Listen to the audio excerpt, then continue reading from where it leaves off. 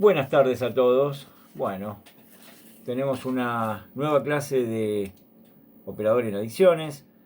Venimos tratando mucho lo que tiene que ver con el perfil del adicto cuando ya lo es, pero que no ha resuelto sus problemas en la, la infancia, problemas irresueltos en ese momento que hacen que se proyecte una adicción futura. Bueno, hoy vamos a hablar precisamente, vamos a estar relacionados con ese tema, pero el teórico de hoy se llama factores de riesgo. Factores de riesgo que contribuyen a que una persona pueda llegar a generar una adicción futura. Y esto tiene mucho que ver con el funcionamiento eh, de los padres en el seno familiar, en esas socializaciones que tanto venimos pregonando en los teóricos. Bueno, una dependencia a las drogas o a las sustancias y al consumo de estas drogas, porque como ustedes saben, la droga por la droga en sí sería un objeto más y punto, pero es el consumo de ese objeto que provoca en un determinado plazo llegar en muchos casos a una adicción.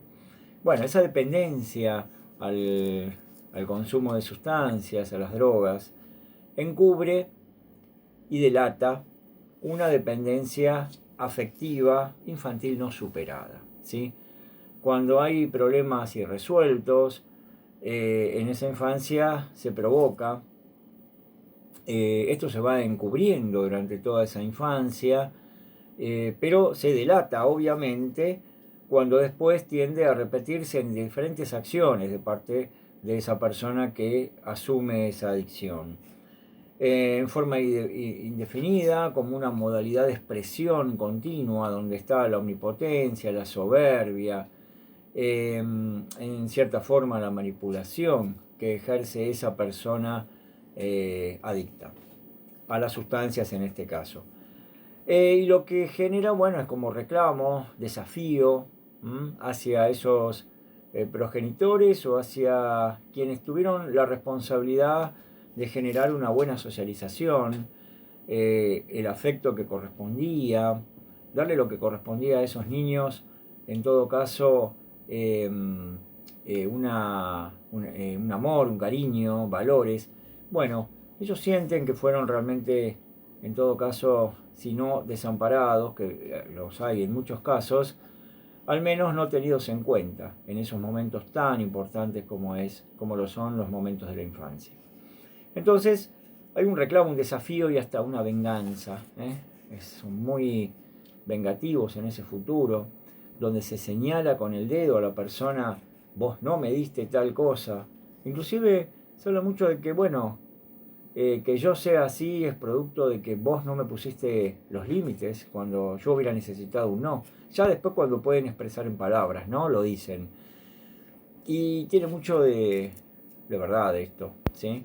Tiene mucho de verdad porque ese es el momento adecuado respecto de los padres para educar a partir de ellos y generar una persona que vaya a convivir en sociedad, inclusive en familia o las próximas familias que van a generar esos hijos, sean armoniosas, tengan una buena convivencia. Una convivencia familiar y obviamente se proyecta a lo social con otras personas de otras familias que conviven en la sociedad. El rechazo a padres y educadores como autoridad, esto es muy importante. El rechazo a los padres, obviamente, por estos faltantes que entienden que no hubo, ¿sí? Que no hubo, que hubo carencias, que más allá de carencias que a veces irremediablemente son carencias materiales, ¿no? No poder haberle dado el alimento necesario o vestimenta, etcétera. Y a veces sí lo podrían haber dado, pero no quisieron. En otros momentos también hay carencia de tono afectivo, no supieron cómo dar ese amor a ese niño y también porque vinieron proyectados de familias que tampoco le dieron amor a esos padres que finalmente proyectaron un desamor en esos niños, o por lo menos mucha frialdad, y no un amparo como correspondía. La omnipotencia, cuando hablamos de omnipotencia, hablamos de narcisismo. El narcisismo es el yo enrostrado, bien asumido con mucha fuerza. Yo todo lo puedo, yo soy prácticamente, sin decirlo, como el Dios, el Dios que todo lo puede. En realidad, más allá de las religiones, el único que puede en todo caso sería Dios, ¿no? Un ser supremo. Acá sin entrar en el campo de las religiones, y no una persona, ¿sí? Que va a tener muchas imperfecciones, obviamente. Siempre recordamos que los padres son agentes de sostén, de educación y de socialización. Si no están los padres para poder educar, principalmente, y poder contener a ese niño o niña y después y socializarlos, como lo dijimos, la socialización primaria y luego la secundaria, con el sostén que tiene la educación en la institución escuela, a partir de lo que es el profesor o la maestra. Bueno, si no se cumplen estas socializaciones de la mejor manera, obviamente no va a haber una posibilidad de que haya un niño o una niña con un proyecto de vida futuro, querer realmente conseguir cosas importantes para él o para ella en la vida, o por lo menos para disfrutar de la misma a través de lo que desee lograr.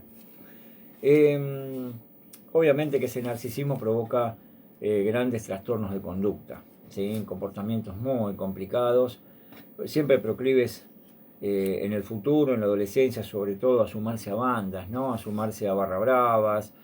¿Por qué? Y porque se arrasa lo que es la singularidad, se arrasa lo que es la individualidad para sumarse a algo más colectivo y anónimo, como es identificarse con determinadas barras o bandas, donde ahí el accionar es de todos, la decisión es de todos, y la persona, la individualidad de esa persona, que después está en medio precisamente del consumo, se diluye entre medio de todos los demás. En una banda, como todo, van a haber siempre líderes, van a haber personas que están junto con ese líder, ayudando y haciendo y cumpliendo determinados roles. Cuando hablamos de bandas, no estamos hablando de bandas estrictamente de delincuentes, sino bandas que pueden ser personas que se agrupan, ¿sí? Que se agrupan para poder consumir y sí van lindando con lo que es seguramente la delincuencia en algún momento, ¿sí? Más bien barras, pero después sí, cuando es bandas, ahí sí vamos a hablar de delincuencia. O personas o agrupaciones que tienen que ver con, como dijimos vez pasada, con lo tribal, ¿no? Que tienen intereses en común. De repente, si son jóvenes, obviamente con la música es muy, muy importante el tema de la música, como una de las cuestiones por las cuales las personas jóvenes se agrupan. Pero bandas, bueno, sí, ya estamos hablando barras, como se decía antiguamente en algún momento, la barra, no sé, la barra de la esquina. Bueno, no estamos hablando de delincuentes, pero sí podemos hablar hoy en día de gente que consume. Bandas, ya estamos hablando en otros términos de personas que están ahí nomás de delinquir o delinquen, o no están en algo realmente sano, ¿sí? El rito iniciático siempre va a ser la cerveza y la marihuana, ¿sí? Una cosa tiende a la otra, lleva a la otra, obviamente, y están permanentemente en ese rito iniciático, ¿no? La cerveza, la marihuana y después otras drogas duras, como son la cocaína, la pasta base en algunos lugares, etc. Una cosa muy interesante, si preguntamos respecto de factores de riesgo a un cardiólogo, ¿cuáles son los factores de riesgo que pueden posibilitar que una persona pueda llegar a sufrir un infarto? ¿Qué pueden llegar a decir? La edad, una edad avanzada, de repente, bueno, es propicio para que la persona pueda generar un infarto. La alimentación en base a a grasas o un colesterol alto que no es controlado puede llegar a provocar un infarto. El sedentarismo, no hacer ejercicio físico, no caminar lo que corresponde caminar, estar siempre en el mismo lugar, haciendo muchas actividades sedentarias, actividades donde tiene que estar en un solo lugar la persona, no se moviliza, bueno, también es propicio, puede contribuir. El tabaquismo, obviamente, o el fumar, puede provocar también, porque puede haber problemas respiratorios. El estrés, o el estrés agudo, porque algo de estrés siempre vamos a tener, obviamente, y es tolerable, pero el estrés, ya cuando hay un estrés que prácticamente no se puede procesar y se generan demasiadas tensiones que son imposibles de poder superar como lo podíamos hacer antes. Bueno, empiezan a venir, puede sobrevenir un infarto, puede venir una ACV, en el caso de que haya otros factores que así lo, lo generen. Como lo decíamos la otra vez también, esas tensiones pueden provocar otras cosas que no tienen por qué ser tampoco infarto, colon irritable, gastritis, o sea que se somatiza en otras enfermedades. Y las enfermedades relacionadas con la adicción, ¿cuáles serían entonces? ¿Cuáles son los factores de riesgo? De repente dijimos factores de riesgo que involucran a un problema cardiovascular, ¿sí? O al corazón directamente. Pero las adicciones, hay factores de riesgo, y uno de lo que dijimos al empezar la clase, que son los hogares incontinentes. El abandono, como dijimos, la sobreprotección, estar sobreprotegiendo demasiado a alguien, hacemos que la persona no pueda hacer, ¿sí? El autoritarismo, frustrar permanentemente a esa persona, ser demasiado autoritario, no dejarle prácticamente hacer nada, tanto uno con otro, ¿no? Somos los dos extremos, sobreproteger a la persona para que ni siquiera se rajuñe, y ser muy autoritario. ¿Qué pasaría con ser muy autoritario? Y bueno, también estamos teniéndolo prácticamente en un pequeño lugar donde no se puede llegar a mover, se mueve en base a las órdenes que le damos nosotros, sin dejarlo ser también, ¿no? Porque no va a poder ser de esa forma. Parejas que se pelean, ¿sí? Parejas que se la pasan peleando permanentemente, por el cual eso es lo que está viendo un niño y una niña. Están viendo dos padres que se desautorizan y descalifican en el seno familiar. Esto es tremendo, sucede a menudo, son muy pocas las casas, diría yo, que no sucede esto, pero en todo caso, si hay desavenencias en este tipo, hay que tener en cuenta la fragilidad que tiene la psiquis del niño o niña, y por lo tanto dirimir estas situaciones en otro lugar, por ejemplo en otra habitación donde no se escuchen esas desavenencias que aparecen, esa, eh, esas cosas que tienen que ver con descalificaciones, etcétera, y hacerlo en otro lugar, pero nunca delante de los niños o niñas. A veces hay padres que lo logran, a veces no. Entre otras cosas, respecto del punto 1 entonces, etcétera, hogares incontinentes. Los hogares incontinentes llevan realmente a todo esto. No contienen, y lo que está viendo ese niño o niña, obviamente, eh, son padres que tendrían que estar ayudándolos, y lo que hacen es dejarlos prácticamente maniatados por las circunstancias, maniatados por el autoritarismo de un padre, o por la absoluta permisividad de, la madre, o la sobreprotección demasiado importante de esa madre. El número 2 es la alianza cómplice de uno de los padres. Bueno, acá hay algo de cierta adolescencia de parte, y hay mucha adolentización de los adultos. Este término involucra personas que no quieren estar asumiendo la edad que tienen, quizás gente de 40, 45, 50 años, todavía se han quedado en el tiempo, en un compartimento estanco de 20 o 25 años, cuando tenían esa edad, y de repente Hay una suerte hasta de competencia en esa adolescentización de los adultos entre una madre con la hija en cuanto a la forma que se arreglan, o un padre que de repente se viste de una forma X o quiere hacer alguna actividad que hacía cuando era joven, como estando prácticamente a un nivel como el que tiene el hijo. Esa alianza cómplice de uno de los padres es problemático, porque descalificar al otro cónyuge, y yo me pongo del lado de mi hijo o mi hija, ¿no? Tal persona censuró tal cosa o dio una orden y la otra persona descalifica. Por lo tanto, ¿qué está viendo ese hijo o hija? Está viendo por un lado, mirá, esta no me da, pero este sí. Yo estoy aliado a él, por ejemplo al padre, porque me da. Entonces a mí me conviene este. En ese momento, obviamente, ese niño o niña, o hijo o hija, va a estar con la persona que esté, más bien que sea más condescendiente con él en ese momento, por más que esa condescendencia no corresponde. Quizás el marcar, como en ese momento la madre marca alguna cosa, aunque sea firme, y era lo que correspondía, y bueno, eso era lo que correspondía y no tenía por qué ser desautorizado por el padre. Pero para llevar agua para su molino, el padre, y por problemas realmente de pareja quizás, se alía con el hijo para sacar inclusive un rédito hasta afectivo, que es falso. Ese rédito afectivo no sirve para la educación del hijo.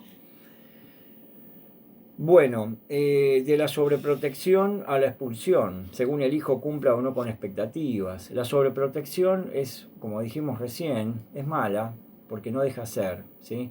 Pero también porque no reunió ciertas expectativas. Expulsar a ese hijo digamos, no del seno familiar, pero sí ser expulsivo en cuanto a las cosas que le digamos, ¿no? No cumplió porque sacó una mala nota en determinado momento y le decimos, no, vos no sos lo que yo esperaba, vos no sos lo que yo esperaba, entonces, la verdad, qué mala suerte tener un hijo como vos. Imagínense ustedes, un discurso totalmente que expulsa del seno familiar a esa persona, lo está sacando, lo está discriminando como hijo.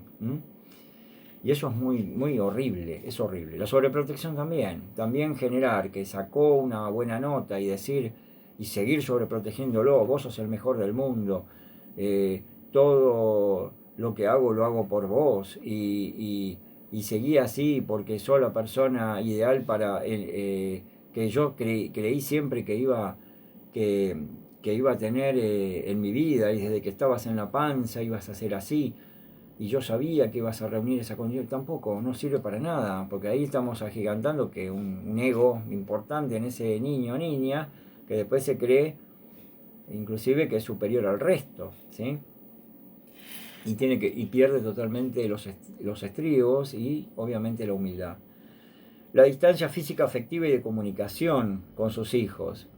Cuando hay padres que generan una distancia física porque no los ve, o afectiva porque tienen cierta frialdad, o de comunicación, de repente se comunican y otras veces no, inclusive estando dentro del hogar, esa distancia la notan psíquicamente esos hijos. Hay una negación, obviamente, de problemas reales, porque cuando pasa eso hay problemas de fondo que no están resueltos, inclusive de parte de los padres y la forma en que se llevan ellos, porque tienen que darse cuenta de que están generando una distancia con sus hijos y tomar conciencia de que esos hijos necesitan de ellos y de lo mejor de ellos, y no le están dando lo mejor. No están siendo la mejor versión de sí mismos, cada uno como padre, ni siquiera, y mucho menos como pareja, obviamente. Y los hijos están mirando ahí cómo actúa la madre, cómo actúa el padre, pero también cómo actúan como pareja, aunque sea, si no se llevan bien, por lo menos que vean que hay una mejor versión que se está generando con respecto a la madre y el perfil que está teniendo en cuanto a la forma de llegada que tiene con ese hijo y también con respecto al padre, ¿no? Pero bueno, cuando hay distancia lo notan y se encuentra solo, porque necesita de esa contención de ellos. Y sobre todo hablar de muchas cosas. Padres que conceden siempre o frustran sin criterios conscientes, bueno, acá estamos hablando de, bueno, aquellos que son demasiado permisivos y dan todo, obviamente que no, sin ningún tipo de límites, no hay límite acá cuando se da todo, o aquellos que sin ningún tipo de problema van frustrando y frustrando y frustrando sin tener término medio. O sea, eso tiene que estar proporcionado, ¿sí? Tampoco darle todo, tampoco frustrarlo en forma absoluta. Siempre tiene que haber algunas frustraciones para que haya una tolerancia a la frustración. Pero muchas veces se es permisivo, se es eh, frustrante con respecto, se frustra a los chicos sin tener una conciencia, sin haber hablado. Los padres necesitan hablar previamente, antes de empezar a decir, bueno, vamos a ser permisivos en esto, pero vamos a darle un límite más claro en otras cosas, ¿sí? Padres que comunican cosas sin importancia. Hay muchos que se la pasan la vida junto con los hijos, diciendo cosas que son irrelevantes para ellos, ¿sí? No se ponen a la altura de lo que ellos necesitan.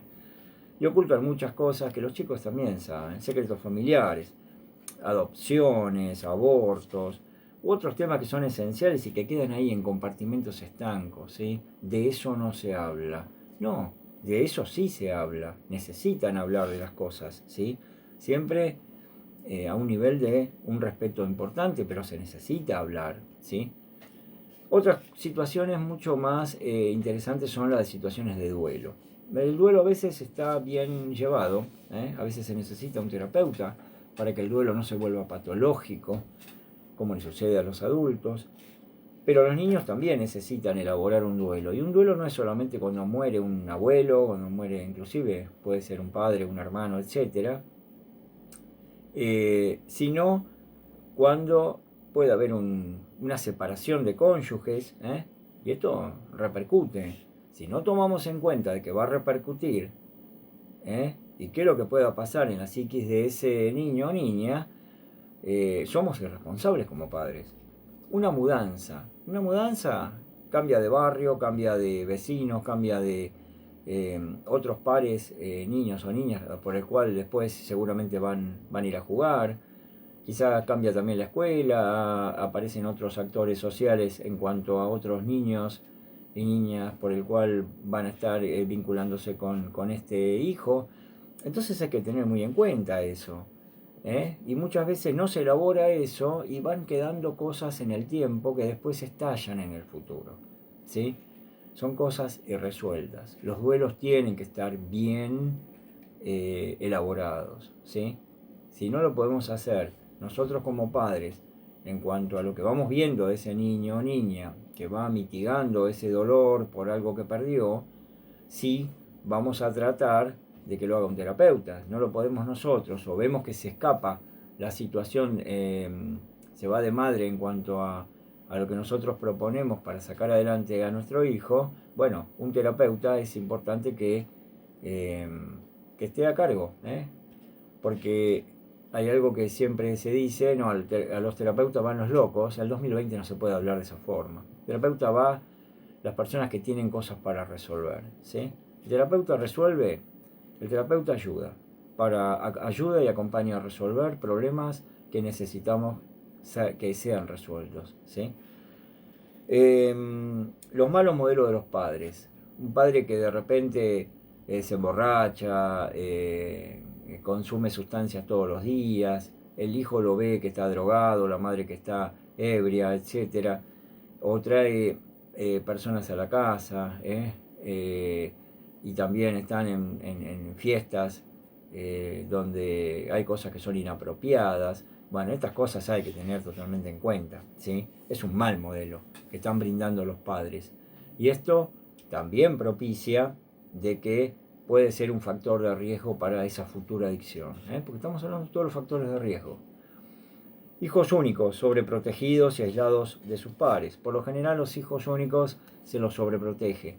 Hay como una tendencia, ¿no? Quizás porque el único hijo que nació y hijo o hija que nació, y es como que se cuida como si fuera un regalo de Dios muy importante y único, y que no se tiene ni siquiera que marcar ese papel de regalo que envuelve a ese hijo o hija, ¿no? Por decirlo de alguna forma, metafóricamente hablando. En realidad hay que dejar ser, ¿sí? Como decíamos hoy, aislarlo de los pares o ser demasiado severo en el sentido de con quién se junta o quién no es bueno.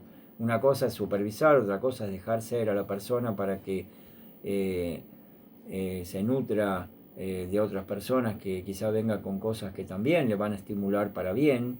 Siempre hay que supervisar eso. Hay gente que va a estimular para bien, que aporta para que se sumen a futuros proyectos interesantes. De repente alguien que no le gustaba, por ejemplo, tocar guitarra, aparece alguien en escena que le gusta tocar guitarra, que es un compañero de escuela, y bueno, y ese compañero de escuela, ¿por qué? Le da, por ejemplo, el estímulo a que también toque guitarra, entonces empieza a tocar guitarra y después tiene una idea, por ejemplo, de formar un pequeño grupo, no sé, de folclore o de lo que sea, para poder disfrutar de la música. Y eso es muy lindo porque son cosas que nacen ya del propio chico, ¿sí? Y esto muchas veces se aísla, se lo sobreprotege para que nada le pase, ¿sí? Como si fuera un regalo con su papel envuelto y que no se toque ni siquiera ese papel de regalo, ¿no? El que está envuelto.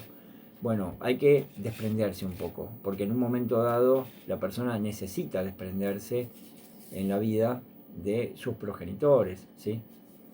O de quienes se responsabilizan como padres de ese niño o niña, ¿sí? Acá cuando hablamos de padres estamos hablando también de, hay padres que son adoptivos, por ejemplo, pero están cumpliendo las funciones de padre. Bueno, como están cumpliendo funciones de padre, son los padres, ¿sí? Están ejerciendo esa función, materna y paterna.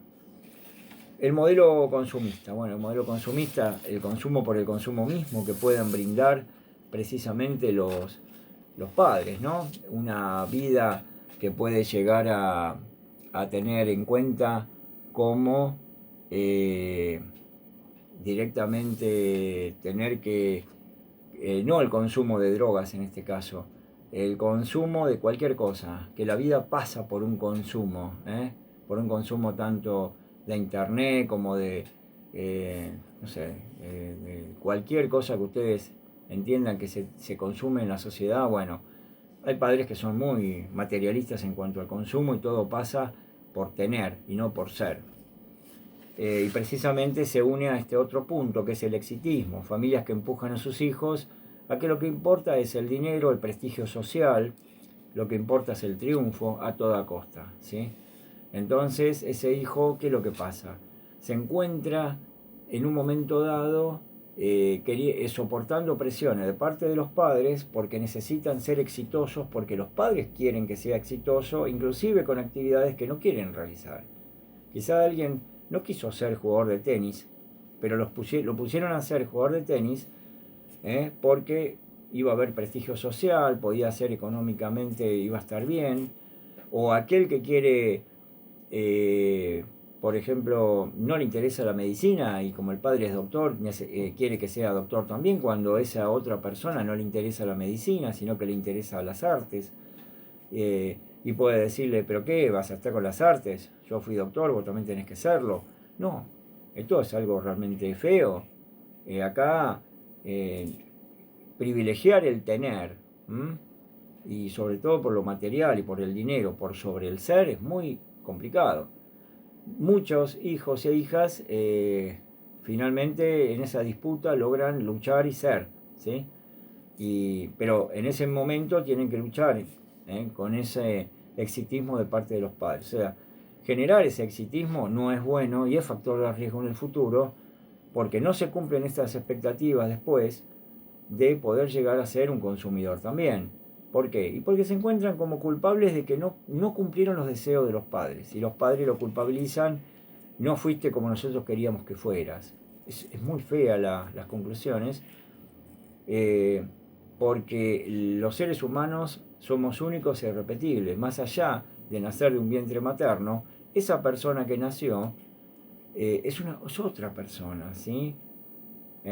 No es el padre ni la madre, sí, ellos son los padres, pero la persona tiene gustos propios, nació en otra generación, tiene otras apetencias en la vida, está dentro de otro contexto social, sociocultural, y va a querer quizás otras cosas, que no quiera lo que dicen los padres.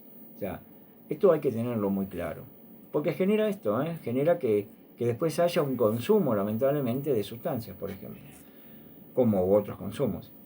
Los padres deben promover la partida del hogar, no la dependencia. Sí, absolutamente. El hecho de generar una dependencia de parte de padres a hijos y que los hijos no puedan irse, no, eso es muy malo. Deben promover la partida del hogar sabiendo de que lo van a hacer muy bien fuera del hogar, que fueron inculcados como corresponde. Si no puedo hacer que se vayan del hogar, quiere decir que me está vinculando algo eh, por el cual no pude elaborar previamente como padre, ¿sí? Porque si no tengo que tener ya la garantía de que ese hijo o hija va a ser una buena persona y va a desarrollarse muy bien en la sociedad. Y aparte se va a ir, pero va a volver porque la casa de los padres siempre van a estar, ¿sí? Esto no hablamos de circunstancias económicas por el cual a veces no pueden irse, ¿no? Y que necesitan estar. Los límites de los padres del criterio de realidad para proteger. Los límites que tienen que generar los padres, siempre usando ese criterio de realidad, para proteger y poder adaptarse a la sociedad. Esto es lo último que dijimos, ¿no? Con el punto de que cuando sale hacia la sociedad, se están bien inculcados, obviamente, que lo van a hacer muy bien, se van a desarrollar muy bien, socialmente hablando.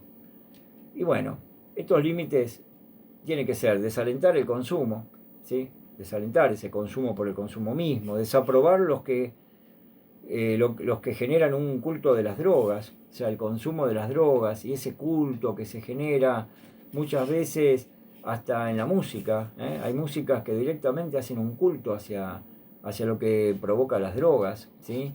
Esa otra percepción de la realidad que dice tener las drogas, y que la música desde muchos años promueven en forma muy solapada, con canciones muy subliminales, ¿no? Con letras muy subliminales, pero que invocan a la droga. Bueno, esto hay que tener en cuenta y hay que desaprobar. Realmente hay que desaprobar porque el consumo de drogas no lleva a algo realmente bueno. Si vamos a tiempos de antes, en los años 60, por ejemplo, y tenemos grupos musicales, sobre todo de rock, y en Europa, en Estados Unidos, se pone a la época de los hippies, bueno, aquellos que tienen una edad determinada, ¿no? De la época de los hippies, donde la droga era para el consumo de drogas para poder realizar otras nuevas interpretaciones musicales, nuevos conceptos musicales, y se supone que había una percepción diferente de la realidad, inclusive musical, y podían llegar a desarrollar algo muy único, singular. Y bueno, así tenemos grupos como los Beatles, Pink Floyd, etcétera, que hicieron álbumes que son conceptuales y que siempre se ha dicho, inclusive en algunas canciones también lo dice las letras, están bajo los efectos de consumo de sustancias, ¿no? Pero que han provocado un problema importante en la psiquis de muchos de esos músicos, como por ejemplo el guitarrista de Pink Floyd, Syd Barrett, que terminó con un grave problema psiquiátrico y donde estuvo internado durante muchísimos años, hasta el día de su muerte, pero que musicalmente no pudo desarrollar más nada. Esto para hacer entender entonces que el consumo de las drogas para cualquier cosa no es bueno, para la salud no es bueno. Hay muchos ejemplos de sobra que nos dicen que realmente no es bueno. El acuerdo de pareja para fijar sanciones en caso de transgresiones. Bueno, esto se anticipa la transgresión que puede llegar a realizar ese chico o chica. Y bueno, mira, si pasa esto vas a tener tal sanción, pero es un acuerdo de la pareja misma. Y acá no puede haber una alianza que ese hijo o hija va a ir con uno u otro para ver qué puede sacar. Cómo puede aliarse con un padre o con la madre y de esa forma tener la oportunidad de que esa sanción no sea efectiva. No, hay una sanción si haces tal o cual cosa. Bueno, eso va a tener que ser marcado en el tiempo, que dure en el tiempo esa sanción. ¿Y cuál es la finalidad? Bueno, de que no se cumpla después esa otra transgresión, pero por lo menos se marca la firmeza de los padres. Momentos de reunión y comunicación familiar deben respetarse, siempre. Esto es muy difícil hoy en día, ¿no? Es tan difícil que los hijos se sienten en el hogar para el almuerzo, para la cena. El tema del trabajo de los padres hacen que se imposibilite esto, pero también la salida a boliches o algún lugar hacen que, por ejemplo, los domingos, que puede ser un día que antaño eh, se juntaban todo el mundo en la mesa, hoy en día no pasa, pero siempre es muy bueno empezar a promover eso, que haya tiempos donde va a haber comunicación, tiempos donde también se fije de que no haya un celular en la mesa, de que no esté la televisión prendida, simplemente un almuerzo o una cena y que haya una comunicación. Quizá al principio aquellos que no tienen la oportunidad de empezar esa comunicación a nivel verbal y que les cuesta empezar a generar eso, por lo menos empezar con la comunicación gestual, mirarse de repente, pero la comunicación verbal va a aparecer en un momento dado, pero tiene que respetarse, ¿sí? Y esto hace a que haya una cohesión familiar, ¿eh? Hay que promover la nueva cohesión familiar. Los límites mal puestos es cuando se es injusto y desproporcionado con las sanciones, por la comodidad de los padres, cuando se ponen por el estado anímico de esos padres en ese momento, ¿no? Muchas veces hay una cierta comodidad, hay un estado anímico, no, ya estoy cansado, bueno, listo, ya está, no haces esto y se acabó porque tuvieron un mal día y el estado anímico no produce una conclusión buena, o no se toma conciencia de qué es lo que va a hacer, entonces se corta por lo sano, pero depende de la comodidad que tienen los padres. Bueno, para sacarme de encima le digo que no y ya está y punto. No, bueno, eso está mal. Cuando son fruto de padres que no tienen límites ellos mismos, bueno, hay padres que no tienen límite absoluto de nada y es muy complicado cuando no hay límites de nada, ¿sí? Entonces, los padres tienen que ponerse a su vez de acuerdo, pero también hacer una introspección a sí mismos, un mea culpa de lo que se está haciendo mal, cada uno por su lado, ¿sí? ¿Qué es lo que estoy haciendo mal? ¿Qué es lo que estoy afectando a mi hijo o a mi hija? ¿Qué es lo que estoy haciendo en forma inapropiada? Para hablar de drogas, educar y no solo informar. Siempre se decimos que hay que informarle a los niños o niñas, pero en realidad hay que educar. Desde la casa se educa, también desde la escuela después. Pero solo informar no, hay que educar, ¿sí? Y hay 3 puntos que son la preescolaridad, la escolaridad primaria y la adolescencia. 3 momentos históricos de ese niño en desarrollo. Y por el lado de la preescolaridad, tenemos que ser organizadores de los gustos de los hijos, siempre organizando ese gusto de los hijos. Por ejemplo, una niña que dice, esto me gusta a mí, cuando le ofrecemos un plato de comida, ¿sí? Un guiso, por ejemplo, de arroz. Entonces, ¿qué le podemos decir cuando nos dice eso? Sí, es muy rico. Sí, por supuesto, es muy rico, por eso lo comes. Y yo también lo como.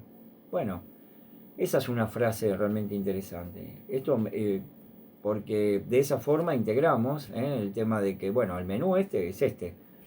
Y es rico y lo podés comer. ¿Cuál es el problema? Entonces, también de esa forma estamos habilitando ese nuevo gusto de esa comida, por ejemplo.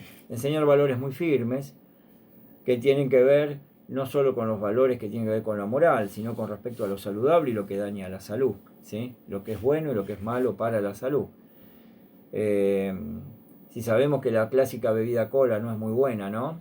Para la salud, bueno, hacer entender esto.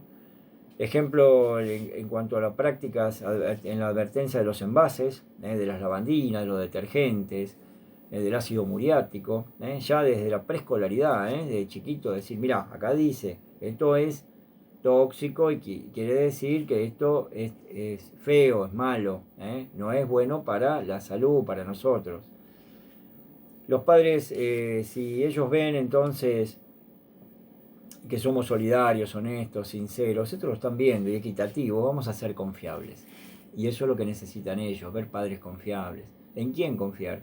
Por eso decíamos, bueno, los chicos no confían en los padres. Bueno, los padres van a tener que realizar un modelo, ponerse en el modelo de confiables.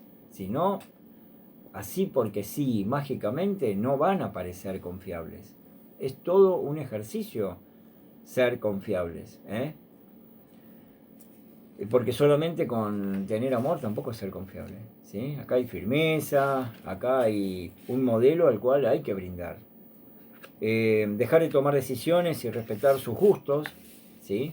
Respetar los gustos es muy importante. Y la toma de decisiones, hay toma de decisiones que los chiquitos quieren por ejemplo, no sé, tomar un vaso de leche y dice, con la cuchara no, quiere tomar con, no sé, con un sorbete, con algo, bueno, le damos el sorbete porque le gusta más tomar con ese lado. Bueno, es la decisión de él, porque le vamos a tener que meter la cuchara y ya está. En la escolaridad primaria deben llegar ya con un trabajo interior, porque ya empieza a haber un pequeño trabajo desde la escolaridad, y en la primaria la distinción en lo que daña y hace bien ya va estando presente. Hay recetas para medicamentos, que no es bueno automedicarse, por ejemplo, etcétera. Fíjense ustedes que hasta hoy en día hay jóvenes que son adictos, que agarran Rivotril o medicamentos que son del abuelo y de la abuela, para poder mezclar y generar un cóctel explosivo para la adicción de la persona. Tenemos que decir que esos medicamentos son ya de la escolaridad primaria, que son bajo receta, es solamente para tal cosa, para tal enfermedad que se utiliza, no se puede automedicar, sino que un médico tiene que medicarnos. Que alguien fume o tome, por ejemplo, se puede ser natural porque en cualquier casa lo hay, porque recuerden que el cigarrillo y el alcohol son drogas legales al fin y al cabo. Pero decir también el daño que puede producir, el cigarrillo, el cáncer de pulmón, la cirrosis, en el caso de tomar en forma adictiva el alcohol, la pérdida de memoria que puede aparecer, etc. Los efectos que produce en el organismo hasta la sobredosis y la muerte en el caso del consumo de sustancias, que se pierden los lazos familiares, sociales, laborales, etcétera. Todo esto se lo tenemos que decir en cuanto a la escolaridad primaria en esa época, la pérdida de sus sueños de grande. Esta es otra cosa también. ¿Y qué es una de las cosas que más vas a tener problemas en el consumo de sustancias? Que todos los sueños que tenés de chico no los vas a poder cumplir de grande, porque vas a quedar en el camino de tantas cosas que querés ser. Está muy bueno que tengas siempre proyectos de vida para poder realizar. Y en la adolescencia, bueno, estudios secundarios ya. Es importante mantener un diálogo para aprender con ellos. Ellos saben perfectamente ya un montón de cosas respecto de la droga, porque hablan con sus pares, porque hablan con los maestros, profesores. Entonces se puede hacer debates respecto de la marihuana, de la tenencia, de la legalización, de lo que sea. Acá se puede hacer un debate de todo eso, lo que dicen, qué pasa con el cannabis medicinal, hablar de los mitos y las realidades de las sustancias, cuánto hay de mito, un montón de cosas que se dicen y cuánto hay realmente de realidad. Supervisar el cumplimiento de horarios en vida familiar para que todo no se vaya de madre en esa adolescencia. Conocer a los amigos y compañeros, porque hay que ver las famosas juntas, bueno, con quién se identifica. Siempre en forma no intrusiva, sino supervisada, que no es lo mismo que intrusiva. Conocer amigos, compañeros de escuela, las relaciones afectivas, cuando aparece de una chica, un chico en cuanto a que va a salir. Supervisar internet y muchos contenidos que pueden llegar a ser muy nocivos para un adolescente. Todo eso necesitamos invariablemente supervisar, no entrometernos. Muy sutilmente supervisamos y vamos a mantener una vara firme, pero ya la estuvimos manteniendo antes, ¿entienden? Ya la mantenemos antes, por lo tanto no nos va a ser tan difícil, pese a que la adolescencia es difícil, por todas las modificaciones que hay en lo que tiene que ver con lo corporal, y la modificación que hay en lo corporal y en lo psíquico. Sí, ya hay una base de conciencia moral que generamos y valores que ya inculcamos. Bueno, hasta acá entonces el teórico de factores de riesgo, y ahora quería decir algunas cositas respecto de una de las sustancias, el hachís. El hachís procede mayormente de la planta de cannabis, que es igual que en marihuana el componente activo, como una especie de primo hermano, ¿no? El componente activo es el delta 9 tetrahidrocannabinol o THC, como se conoce habitualmente, pero la concentración es más alta que en la marihuana en cuanto a lo del THC, este componente activo. Los efectos psicotrópicos son similares a la marihuana.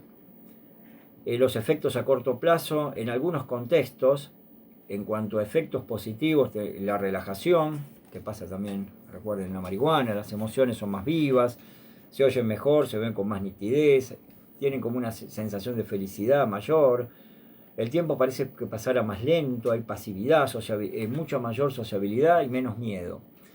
Pero los efectos a corto plazo, en casi todos los contextos negativos, son la peor coordinación, las distorsiones sensoriales, las náuseas, vómitos, sentirse mal, dolores de estómago, sentirse depresivo, taquicardia, subida de presión sanguínea, ansiedad, somnolencia y entre otros efectos que se producen negativos. Y efectos a largo plazo en el consumo frecuente. Esto se da, menor resistencia a enfermedades comunes, apatía, tristeza, etcétera, fallo de memoria, problema de desarrollo en la adolescencia, menor producción de testosterona, ¿sí? Y afectación en la vida sexual. El hachís provoca entonces, acá tenemos un cuadro completo entonces de lo que es el hachís, que es como una suerte de primo hermano de la marihuana, y que quería que en esta clase número 6 ustedes tuvieran información respecto de esta sustancia. Seguiremos con otras desde ya, pero para casi culminar con lo que tiene que ver con la marihuana, hablamos hoy de hachís. Desde ya les voy a mandar la actividad para realizar. De mi parte, cuídense mucho. Les mando un saludo muy grande. Nos seguiremos comunicando seguramente, si Dios quiere. Y a disposición de ustedes para cualquier duda respecto de las actividades o lo que quieran preguntarme. Buenas tardes y muchas gracias por la atención dispensada. Hasta la próxima.